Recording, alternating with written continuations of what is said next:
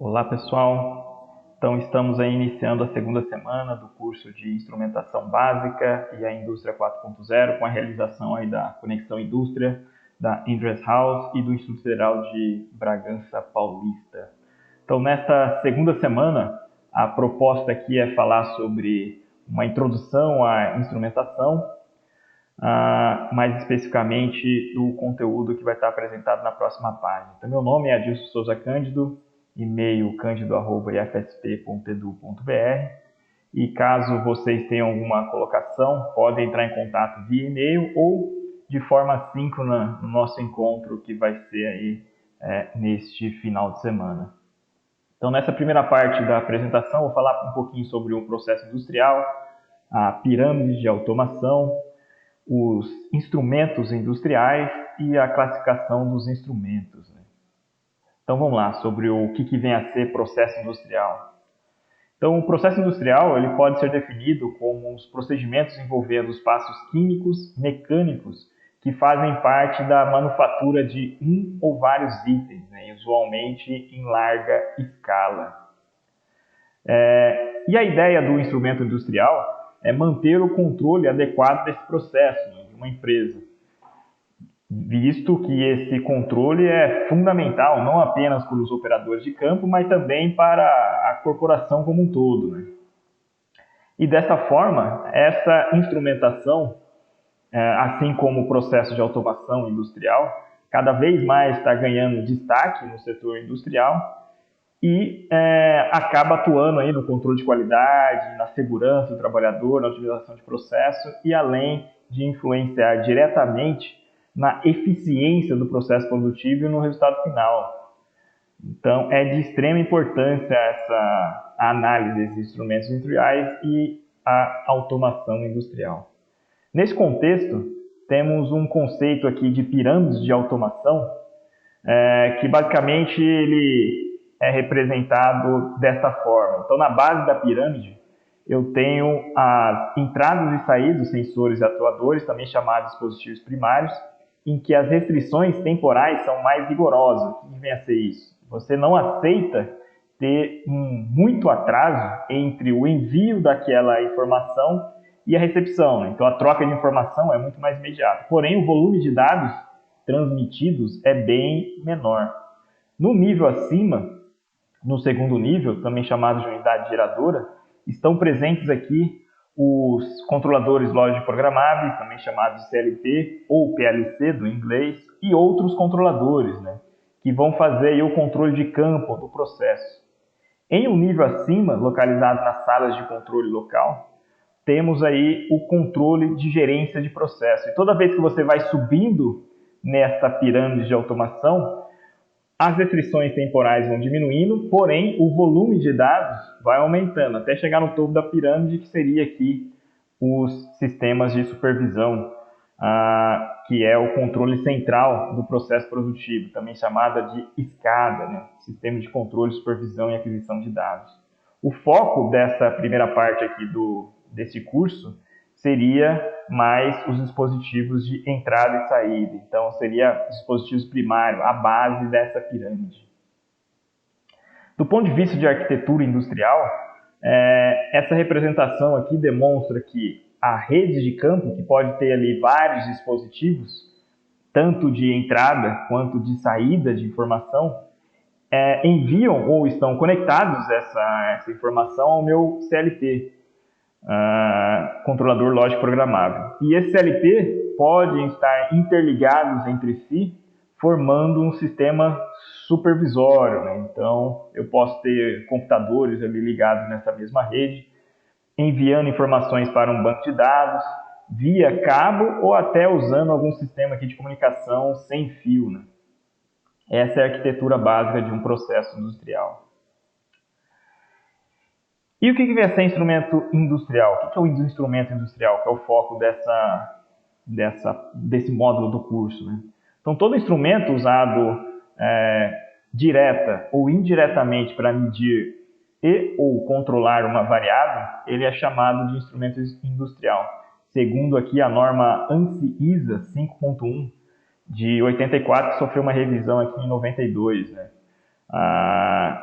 alguns exemplos desses instrumentos industriais: sensores, transmissores, posicionadores, dispositivos computacionais, dispositivos elétricos de alarme, chaves, botoeiras e vários outros, como a gente vai estar citando aqui alguns exemplos. Então está aqui alguns exemplos, né, de instrumentos industriais. Então, de instrumentos voltados para medição de nível, tem alguns que eu coloquei aqui, mas que será foco nos próximos módulos do curso. Então temos o dispositivo de capacitivo, sensor de nível capacitivo, ultrassônico, tipo radar. No que tange a vazão, sensores ultrassônicos, magnéticos, que usam o efeito de Coriolis. De pressão, pressão diferencial ou de medição absoluta da pressão. De temperatura, usando algum tipo de protocolo de comunicação, por exemplo, HART ou RTD. E tem uns vários outros aqui, é só para citar esse leque de possibilidades de instrumentos industriais, né? Tanto nesse caso aqui do ponto de vista de sensores, né? Mas também poderia ser atuadores, então posicionadores eletropneumáticos ou pneumáticos, controladores, como por exemplo aqui o meu CLP, registradores, que poderiam ser classificados também como instrumentos industriais, softwares, que poderia ser um software supervisório, por exemplo, e vários outros exemplos que poderiam ser elencados aqui. Bom, aqui novamente tem uma representação da arquitetura interna desse processo industrial, em que esses instrumentos industriais estão interligados entre si, enviando informação para um controlador, por exemplo, o CLP, e o CLP conectado a um sistema supervisório. E aí eu destaquei aqui alguns elementos, né, dessa arquitetura industrial. Então aqui, por exemplo, um elemento primário que detecta e monitora algum evento desse processo produtivo. Os elementos finais que atuam sobre esse processo, então destaquei aqui, por exemplo, um atuador, um motor elétrico, um sistema supervisório que vai estar responsável aqui por monitorar esse processo produtivo. Do ponto de vista de classificação dos instrumentos, a classificação básica e primária desses instrumentos podem ser divididas em três. A medição, então instrumentos que vão medir alguma informação, por exemplo, termômetros, manômetros, velocímetros, medidores de vazão, de nível e vários outros. Medição e atuação, né? Então, por exemplo, os termostatos, que além de estar aferindo a temperatura, ele também faz alguma ação no processo com base nessa informação de temperatura. E outros, né? Pressostatos, chave de fim de curso, etc. E atuadores, né? Exemplos, válvulas, motores, inversores de frequência, bombas e aquecedores, né? Dentre outros, né? Do ponto de vista de classificação dos instrumentos, você pode também colocar aqui a análise funcional desse instrumento em relação ao tipo de sinal ou de transmissão da informação desse instrumento. Iremos destacar rapidamente aqui cada um desses tipos de classificação desses instrumentos. Do ponto de vista de função, a ideia aqui é que esse instrumento, normalmente, né, ele trabalha de forma interligada, formando aqui uma malha de controle, que é um conceito que vocês viram também na semana passada, né, lá onde foi falado sobre as malhas de controle aberta e malha fechada. Então aqui é um exemplo de malha fechada, em que eu tenho aqui um elemento, um sensor, no caso detector, junto com um transmissor que vai enviar essa informação para o indicador e vai compartilhar essa informação também para um dispositivo integrador, que a gente vai estar definindo um pouco mais profundamente esses termos, né?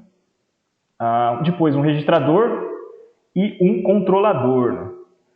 Esse controlador vai ter o papel aqui decisório e que vai decidir sobre a necessidade ou não de, por exemplo, abrir ou fechar uma válvula, né? Também é chamada aqui de elemento final de controle, né? Então aqui a ideia básica é só para identificar essa malha fechada, né? Então a partir de uma informação de leitura, eu por meio do controlador, vou fazer alguma ação imediata na minha planta, no meu processo. Nesse caso aqui, ainda no meio do caminho, eu tenho um conversor que poderia estar modificando a natureza do sinal, né? Então, um sinal elétrico poderia ser modificado para um sinal pneumático ou outros, né? Então, essa é uma malha de controle. E cada instrumento, então, nessa malha, vai ter a sua função específica nesse processo industrial. Então, vamos ver algumas funções de cada um desses instrumentos aqui que estão presentes nessa malha de controle. Então, primeiro, o detector, em que a ideia básica desse instrumento seria detectar, como o próprio nome diz, alterações da variável do processo, né? Então, é alguma informação do seu processo, temperatura, vazão, nível e outros. O transmissor, ele vai pegar essa detecção desse outro instrumento, detector, e enviar essa informação de uma maneira padronizada para um outro instrumento que pode estar localizado distante desse instrumento inicial, né, do instrumento detector, que pode estar localizado, por exemplo, no painel de comando. Temos também um instrumento indicador, em que ele vai indicar alguma quantidade medida proveniente desse detector e transmissor e outro instrumento. Registrador, como o próprio nome já diz, ele vai armazenar, registrar normalmente graficamente essas informações, esses valores instantâneos medidos ao longo do tempo, que foram enviados lá pelo meu conjunto, né? Detector, transmissor e outros controladores, né? Temos também um conversor, que ele vai receber uma informação, alterar o formato dessa informação para um outro tipo, proporcional à entrada. Temos a unidade aritmética, que poderia estar fazendo alguma conta aritmética, então alguma expressão matemática nessa informação original. O integrador, em que ele vai fazer a integração, acumular esses valores ao longo do tempo. E o controlador, que já foi falado na semana anterior, em que o papel dele é comparar a leitura proveniente daquele transmissor, detector, com um sinal de referência e, caso haja um erro entre essas duas informações, enviar, né, alguma informação de comando para o meu elemento final de controle, que é o que vai estar aqui na última descrição dessa função desses instrumentos, né? O elemento final de controle, ele modifica alguma variável do processo, né? Então, no nosso exemplo aqui, foi exatamente minha válvula, né? Se a válvula abrir ou fechar, vai estar alterando uma variável, que nesse caso é a vazão em uma tubulação. E do ponto de vista de sinal, né? O sinal desse instrumento pode ser pneumático, por exemplo, a partir de uma pressão. Hidráulico, um fluido que pode estar sendo usado ali para movimentar algum cilindro. E um elétrico, né? Então, um sinal elétrico que vai fazer a movimentação desse instrumento. Então, está aqui algumas fotos representando aí cada um desses tipos de instrumento, né? Então, um sistema hidráulico, um sistema pneumático e aqui novamente um outro sistema pneumático aqui para uma válvula, acionamento de uma válvula. Tipo de transmissão. Então, do ponto de vista de transmissão, normalmente ele pode receber aqui ou enviar, né, uma informação de pressão de 3 a 15 psi, ou um sinal de corrente de 4 a 20 mA, ou um sinal de tensão de 1 a 5 volts, e esses sinais podem estar padronizados usando aí algum tipo de protocolo de comunicação. Ok, então basicamente é isso, essa primeira parte aqui de introdução bem geral sobre instrumentação industrial. Então o que vimos aqui foi definir brevemente o que é um processo industrial, a questão de pirâmide de automação, o que é um instrumento industrial, a classificação dos instrumentos, né, do ponto de vista de funcionalidade. E aí, no próximo material, iremos entrar em formas de representação deste processo industrial. Então, é isso. Até o nosso próximo módulo. Obrigado.